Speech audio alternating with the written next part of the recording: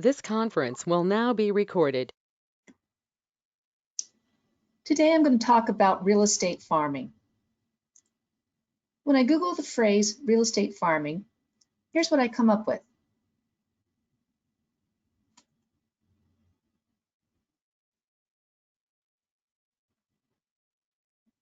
Real estate farming is a valuable marketing strategy that involves planting, nurturing, and cultivating real estate leads that grow into future business.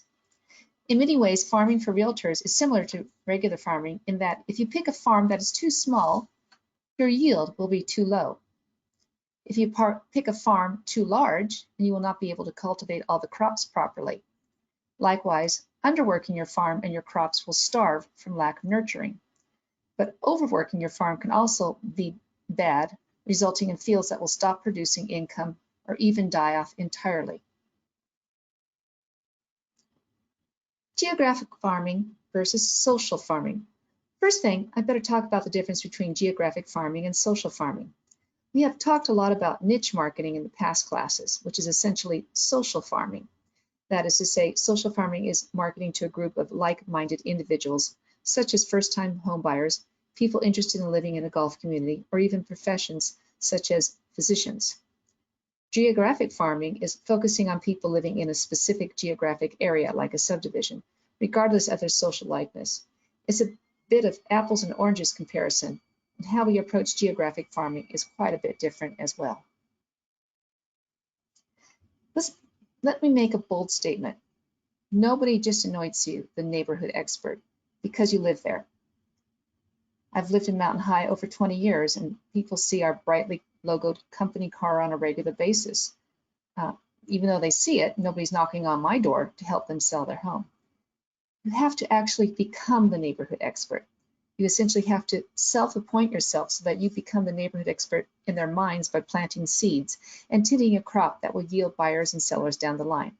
That's what this class is all about. The one way you can tell a realtor is farming an area and that they are boldly claiming themselves as the neighborhood expert. That's the big announcement they make. For example, when we owned property in Broken Top, we literally received postcards from Julie Moe team often announcing that they are the Broken Top experts.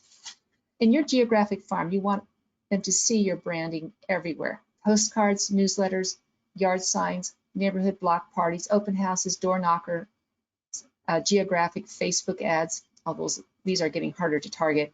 And if you live where they are, you get your brand on the vehicle so they see that as well. You need to boldly proclaim that you are the neighborhood expert, claim your land, and make a name for yourself. You will continue to hear me say this a lot. Your brand equals your name plus your face plus your reputation. This is an important thing to think about. I'll give you a couple seconds to write this down because this phrase is the backbone of my branding classes. Studies have shown that seeing someone's picture causes the same reaction in the brain that actually talking to them in person does. In short, your brain doesn't know the difference between seeing a picture and seeing a friend in real life. So in this equation, having a professional photo that gets put everywhere is extremely important. And you should be using the same photo for consistency. Business cards, flyers, newsletters, your open house signs, and I would urge you also to put it on your for sale signs. Anywhere and everywhere your photo should be seen. Also, the more you see a person, the more familiar you become with them and the more you feel like you know them. Kristen Mashore talks about this a lot, and to be honest, after seeing a lot of her advertisements and seeing some of her videos, I'm sure I would tell her that if I met her, I feel like I know you. An effective photo campaign will go a long ways towards getting potential clients to know, like, and trust you, which is essential in winning their business. You need to be top of mind. Even after you declare yourself the neighborhood expert, buyers and sellers still are not required to use you. You need to stand out as their best choice, and in order to be the one they think of, you have to make yourself very visible and get them to believe that you are the one who can best help them buy or sell in their farm area. In your farm area, excuse me. The ideas we'll be discussing the rest of this class are to make sure you are top of mind when they are ready to buy or sell. There's lots of things to consider when you choose a geographic area to farm. Let's start with budget. We started this class by talking about what happens if your farm area is too big or too small. One of the most important aspects to this is budget. For example, if you pick an area that's too large, let's say 1,000 homes, but you don't have the budget for it, you'll be underworking your farm and your crops will starve from lack of nurturing. Now, hopefully you don't all get up and walk away when I say this, but in order to be really successful at real estate, it requires you to put money back into your business. If you are still building your sphere of influence, most experts say this number needs to be in the area of 15 to 20% of your income. However, each dollar spent should be able to produce 1.5 times or better its investment. So if you spend $1,000 on a magazine ad, you need to be able to show you got $1,500 worth of net income out of it. But a word of warning, there are plenty of outfits out there that are more than willing to take your marketing dollars by promising big returns, but with nothing to back it up. There is no free lunch in real estate, so please don't be fooled. Like anything else, have a good plan before you start spending any money. I started with a budget because it really does affect all the other marketing we do that we'll be talking about. For example, I've had people come to me and say, I sent out a jumbo postcard to my farm and got nothing in return. The obvious next question is, did you do anything else? And the answer, well, that's all I could afford. So your budget can have a major impact on the size of your farm. It is better to market to a 30-home subdivision where homeowners can hear from you on a regular basis as part of your simple plan than to pick a 1,000-home subdivision where they hear from you once a year. Generally speaking, a good size for farming is between 250 and 750 homes. Mountain High, where I live, is 275 homes, and Broken Top is about 750 homes. As I mentioned in my last class, for a subdivision of 250 homes, you can print the same well-made jumbo postcard in a cost-saving run of 1,000 and just mail it to your geographic farm 4 times. But that's just one piece of your simple plan. Whatever size you select, make sure you can manage it well and have a plan. You can work luxury neighborhoods. That's tricky though. It would seem that the higher luxury end would seem the obvious choice because of the high paydays associated with million-dollar homes. But in then, maybe not so much. Here are some of the downsides of working the high-end farms. 1, there's more marketing dollars. Back to budget again. As many of our brokers know who've made a living marketing high-end properties, it often comes with a big price and not always a payday. High-end property sellers often require high-end marketing. Just an ad in a luxury magazine can be in the thousands of dollars, and flyers now are full bleed 4-page flyers. Plus, they might ask for additional concessions like paying for staging. And again, this is without any guarantee of a big check at the end. It's part of the cost of business for high-end realtors. There's also a lower turnover and slower sales cycle. Luxury homes require more time on the market than starter homes, and holding a luxury listing for a year is not uncommon. Often these homes, like Emily's listing on River Place, end up coming off the market and then get put back on the market after 90 days. So show again as a new listing. But often you might lose that listing to another brokerage. So sellers do not have to wait that 90 days for it to become a new listing again. This is after you have dumped and now lost a lot of marketing dollars. So do you have the budget to handle luxury listings? High-end listings are also a lot more complicated when it comes to financing. Although we are still seeing a lot of cash buyers, most come with complicated jumbo loans and many with a deck of cards type of closing scenarios. High-end areas also have a lot of competition, mainly from the more experienced and established brokers in the area. For Broken Top, there are a number of brokers actively marketing the area. You have Julie Moe, Lisa Cole, and a number of other ones. They're all highly established and reputable brokers, and they do a good job marketing. So how would you become top of mind in that community? Why would anyone pick you instead of one of them? You'd probably have to spend a great deal of money to become top of mind.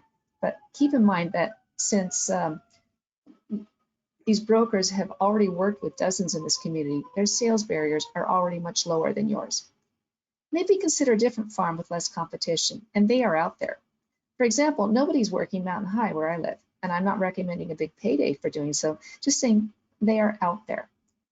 Also, there's a unique situation that happens in some of the newer communities like Northwest Crossing and Tethro, where one broker or brokerage is heavily involved in the sales, in the land sales. The Gardner Group, for example, have been selling Northwest Crossing land since the beginning. Their offices are literally located on the main street, and the developers would not let other brokerages have a physical presence there. We know, we tried. This makes it a much harder row to hoe when it comes to farming this area. The same can be said for the Brian Ladd Group in Tethro. It doesn't mean you cannot make inroads. It is pointing out that there might be easier fields to farm. You can also work starter neighborhoods. And Bend no longer has a lot of those neighborhoods, such as what Hayden Homes was offering, but we still do have some lower price subdivisions in the high 200s in Redmond. These lower price neighborhoods, nonetheless, have their own share of problems. The most obvious disadvantage of working lower price neighborhoods is lower commissions. Typical splits of 2.5% are the same, no matter if you sell a home in Tethro or one in Hayden's Maple Meadows in Redmond. So it essentially takes 4 Hayden homes to equal the commission of 1 home in Broken Top or Tethro. This does not mean it's not a great neighborhood to work. Remember, all of the commissions are lower. If you stick with your simple plan, these homeowners will also be looking to move up at some point in the future, and they can also be a great source of referrals. I should also say that because there is more demand and supply in this price range, that means more sales compared to the upper luxury end. We have a couple of brokers in our office that have made very good living while rarely selling homes over $1 million. Now, some of these neighborhoods appeal to first-time homebuyers, which means you may need to be prepared to spend a lot of time in guidance. They will call you at all hours with questions, and they will agonize over $1,000 when it comes to negotiations and change their mind over the listing price as soon as it hits MLS. Patience is often a virtue here, so it needs to be your passion. Expertise in this price range includes a better than normal knowledge of financing. If you're working with first-time home buyers, you may also be dealing with mom and dad who are helping to make the down payment. First-time home buyers also tend to stretch their buying power to the absolute limits and will need an education on maintaining their credit throughout the process. In Bend, the sweet spot seems to be somewhere in the middle with a price range of $500,000 to $850,000.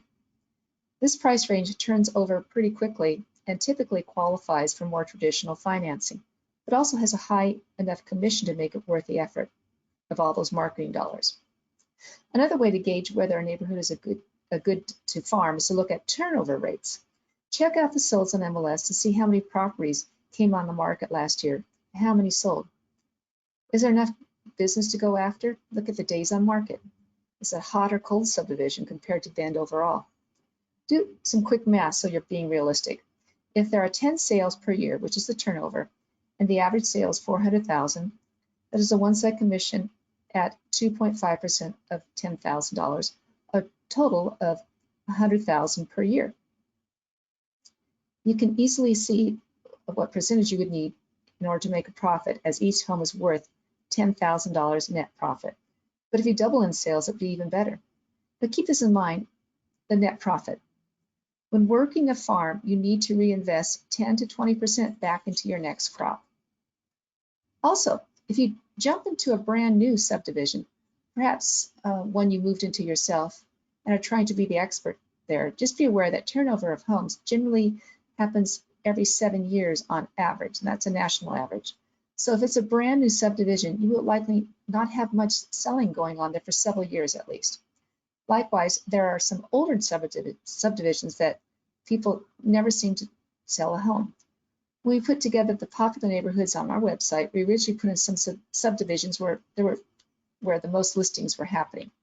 There were several large neighborhoods that simply didn't make the cut because people seldom moved from there. One way some farming brokers save on marketing costs is to go to tax records and find out how long people have lived in their homes. Then they don't spend extra money on those fairly new, but really focus on those having lived in their home 5 years or more. And then there's competition. What if there's another broker already working in the area? Well, that depends. There are neighborhoods where there is a self-proclaimed neighborhood expert, but we all hear complaints about that agent. For example, we've all heard about agents who are on site in certain subdivisions and that have the people who live there have a common belief that if you don't list with them, your listing will never be seen. From what I've heard, often these brokers get complacent and they end up not doing a good job. And there is room in such a site for someone else to move in just because people are not happy. The longer you farm an area, the more chance people will have to love you or hate you equally. People have choices. So I would not rule out farming an area just because somebody else is there. Another way to select a neighborhood is to farm just because you like it. There is no substitute for enthusiasm. There are people who absolutely love a neighborhood, know everything about it, are even involved on the HOA board. Remember, it's your face, your name, and your reputation. You need to be seen any way and every way possible, as long as it's in a good light. There are other benefits of farming. Having many listings in the area over time makes you very knowledgeable about the area. Brad built 17 homes in Broken Top and pretty much knows not only the geography of the area, but also the geology, including where there's a hard pan and where they need to put a sump pump due to excess groundwater migration. If he did not focus on building in Broken Top, he would not be near the expert he is there. You'd be able to speak intelligently on your area.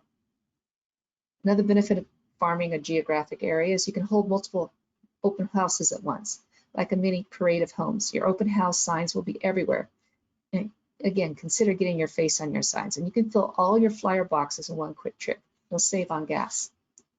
You can also use carrier routes for bulk mailing much more efficiently. If you do door hangers, you can, again, easily focus on your area. Cross-selling listings becomes much easier as you will likely have another home or two to show them in the same neighborhood that you also have for sale. You can also create a hot sheet just for your neighborhood, even if it contains listings from other brokers in it. Neighborhood newsletters are also important and keeps you engaged in your area. Our company newsletter is nice, but in general in nature and not specific to any geographic farm, which gives you a few options. Now, we now put our customizable version in Publisher. We can show you how to change stories, pictures, and even the title of the newsletter to be your own neighborhood newsletter. 2, you can create your own from scratch or using one of the many templates you can purchase on the internet. Or 3, you can hire a copywriter to create one for you. If you're doing a custom newsletter, you might want to include the following: sales date for the neighborhood, information on listings you've sold and buyers you've helped, maybe meet your new neighbors articles, and of course get their permission first, postings on local events, of course always real estate related articles. How about a referral list for services such as handymen, lawnmowers, snow removal, people who clean up dog leftovers, babysitters, etc. Your contact information should be there in big letters. For instance, the Broken Top neighborhood expert. Postcards are also an essential part of your farm and have one big advantage: they're already open. If your face is on the postcard along with your tagline of being the neighborhood expert, they will see it.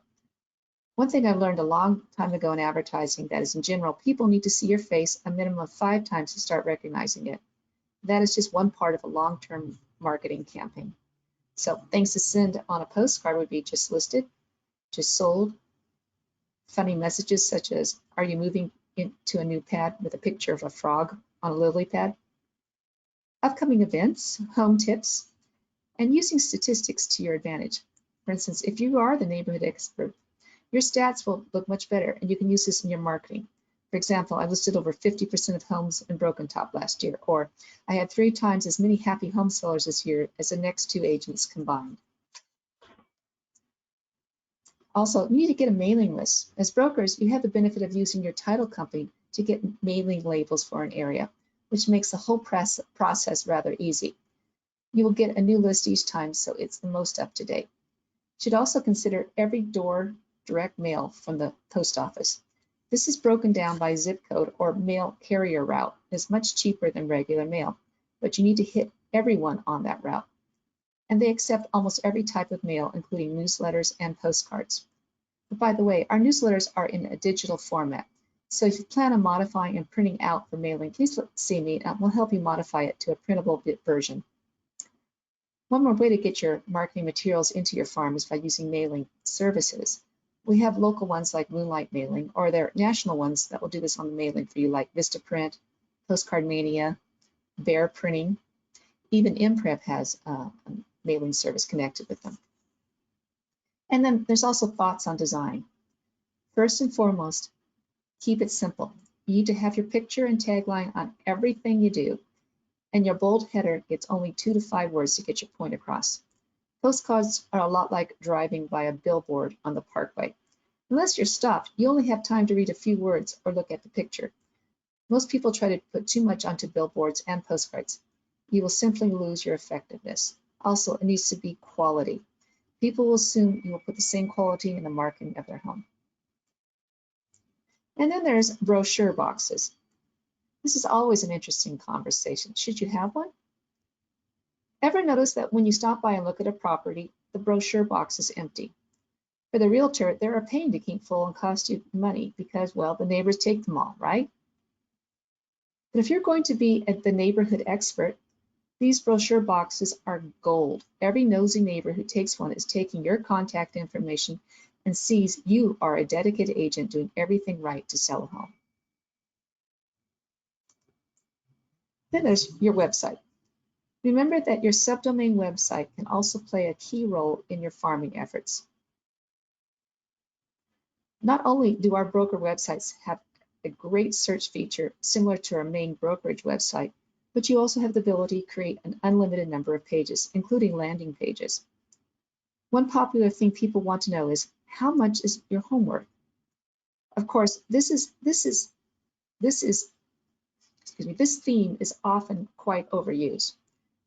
However, you can offer it in a different way that might have more impact, such as offering them a customized report for their home compared with their house to homes recently sold or currently on the market right now. You will likely send them our new Cloud CMA report, but don't call it a CMA. It's just jargon to them. With your Cloud CMA subscription, we can take this one step further by putting a button on your website, or you can link from social media as well. That will take them to a special Cloud CMA landing page. From there, they can put in some pertinent information such as the home address, email address, and a name from which you can also now use for future marketing with your simple plan. They get a very nice customized CMA for their home. You should also follow this up with an email which invites them to have a more detailed home price evaluation done by you. Also, with so many people proclaiming themselves to be experts today without following through on terms of service, don't underestimate the power of testimonials in your marketing pieces.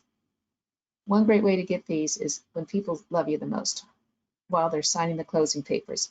Have a comment card included in their closing packet, and hopefully they will fill it out and give it to you right there at closing. Another way to get testimonials is to send them your Zillow, Yelp, or Realtor.com profile page to leave comments. People actually do look up brokers online, and one of your past brokers actually used Zillow as a primary source of leads by making sure it was filled out with positive comments. By the way, make sure you give us your testimonials as well. We put these on the company website and they show up on your bio page. And yes, you really should put effort into making sure these you have a great bio page, as people do select brokers from our company page regularly from their bio page. So what is your brand? It's your name, your face, and your reputation. We cannot emphasize enough how important your picture is to your brand. Remember, there are 2,200 realtors in Central Oregon. It's not about doing the realtor pose like everyone else. It's about being different. So it should show professionalism, but also your individuality. Your picture should fit your personality, and it should be current, not 10 years old.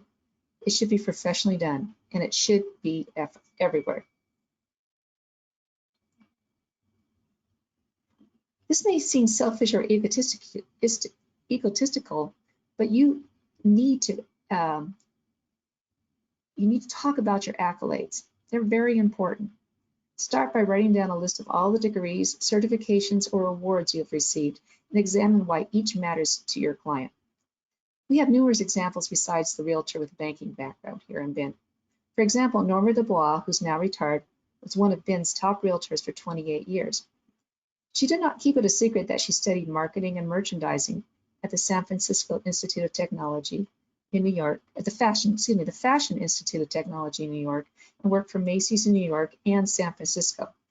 She emphasized her ability to use her strong marketing and merchandising background and apply it to selling homes, which she followed up by impeccable service, and it showed in how she marketed herself. Now, videos are even more powerful than pictures. This coaching video is on point, and I would normally play it for you, but I want you to really, there is a link right here on the video, and I think it's really important that you take 8 minutes and listen to the first 8 minutes of this video. It is wonderful. She talks about the importance of video. Video makes you stand out from the crowd. It also makes you approachable. People look at that video, they hear your voice, they hear your foibles. Even when you make mistakes, they find you human that way. They should be part of your local farming. Consider trying to put out a minimum of 10 farm videos in your area. And some things to show would be your local schools. Walk by the schools, show the schools. Show the neighborhood amenities. Show any outdoor activities that might happen there. Show the style of the homes. If there's a clubhouse, show the clubhouse. Show the open spaces. Show the nearby trails. Show the mountain views. Show the nearby businesses. Show the nearby restaurants, and show the street views. Your videos should take the prospects on a virtual tour of the area. Put the videos also on your website and upload them to YouTube. You can also upload them to LinkedIn, upload them to Facebook. Add the video to your blog post on your farm area. Pin the YouTube video to Pinterest. And another type of video that's powerful that you can also utilize are testimonial videos. Again, something to do on closing days while your customers love you and they have no objection to you videoing them. Something else very important is email marketing. For farming areas, an email lists are hard to obtain, but powerful if you do. If you live in the community, there's often a directory of homeowners that makes this easier, or you can obtain a neighbor's email list by offering them items of value. You could send them a postcard with an offer of, say, a home appraisal, top mistakes homeowners make when remodeling, or any of 100 other offers in exchange for the email information where you can send it to. Then you have their email for future email marketing. Another wonderful way of collecting email addresses is to hold lots of neighborhood open homes. Try to get the name, email address, home address, and phone. Here's a tip. Make sure and fill out the first contact yourself with all the information so people will feel more compelled to do the same. Make sure and ask each person if they would like to be included in the neighborhood newsletter. Let them know you would send amazing information that's both valuable and informative. Remember, nosy neighbors want to know what's going on. Another note on open houses. This can be a great source of future business, both as listings and to be on the other side of sales when unrepresented buyers come in. We do have brokers in our office doing quite well using other people's open homes as their home office with holding open houses weekly. Here's another tip. Don't limit yourself to doing open houses only for yourself. If there's a home for sale in your farm area, whether it be yours, another broker from our office, or a broker in another office, if you're farming a geographic area and want to be an expert in that area, you need to ask about the other brokers to work their open houses for them as well. You'll be surprised how many, even from another brokerage, will say yes. And if you're already having an email list going in your neighborhood, don't forget to let them pick their neighbors by letting them know you're holding an open house this weekend. Social media has historically also been a very important part of your marketing mix for real estate farming. However, we have gotten a little sour on that recently because of the more recent changes Facebook has made to its platform. Right now, I would normally say put together a community page for your farming neighborhood.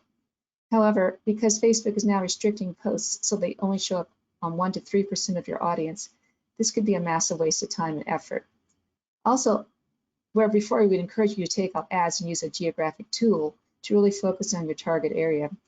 Again, the changes going from a minimum of 1 mile to 50 miles really destroys the effectiveness of targeted geographic marketing. Targeted marketing is by definition focusing your marketing efforts to a specific group of people. Facebook is taking that focus away, and now it's less than efficient compared to other forms available. Now, another thing I can say to think about is thinking outside the box. In our class today, we talk about the 2,200 realtors out there. And you need to think outside the box. Don't just copy what everyone else does. Find things that make you unique. Here are a few examples that we have found that other realtors have done with other communities. One broker will try to post put a post sign in the bark area of the home and then puts fresh flowers around the base of the sign. Some have helped sellers organize a garage sale and help them with it for a weekend. You're going to meet all the neighbors this way, so have your name tag on. Someone else will put little flags out on patriotic days like 4th of July, and they staple their business card to the stick so people know the cool agent who did this. You can get flags at the Oriental Trading Company for about 50 cents each.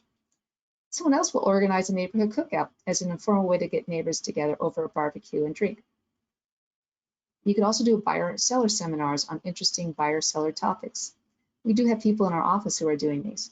Also, a parade of home. If you have a lot of listings or open houses on a weekend, consider making it a parade of home style event out there. Maybe call other agents to see if they'd want to participate in a bigger event. There's other ideas as well. And one of those I want to share with you right here is called 107 Outside the Box Real Estate Ideas. It's phenomenal. 107 ideas. You can come up with a gazillion ideas on how to really market yourself. So in the future, we're going to talk about some other thoughts, some other things about marketing yourself. And please always contact me if you ever have questions about anything we discussed. Thanks so much.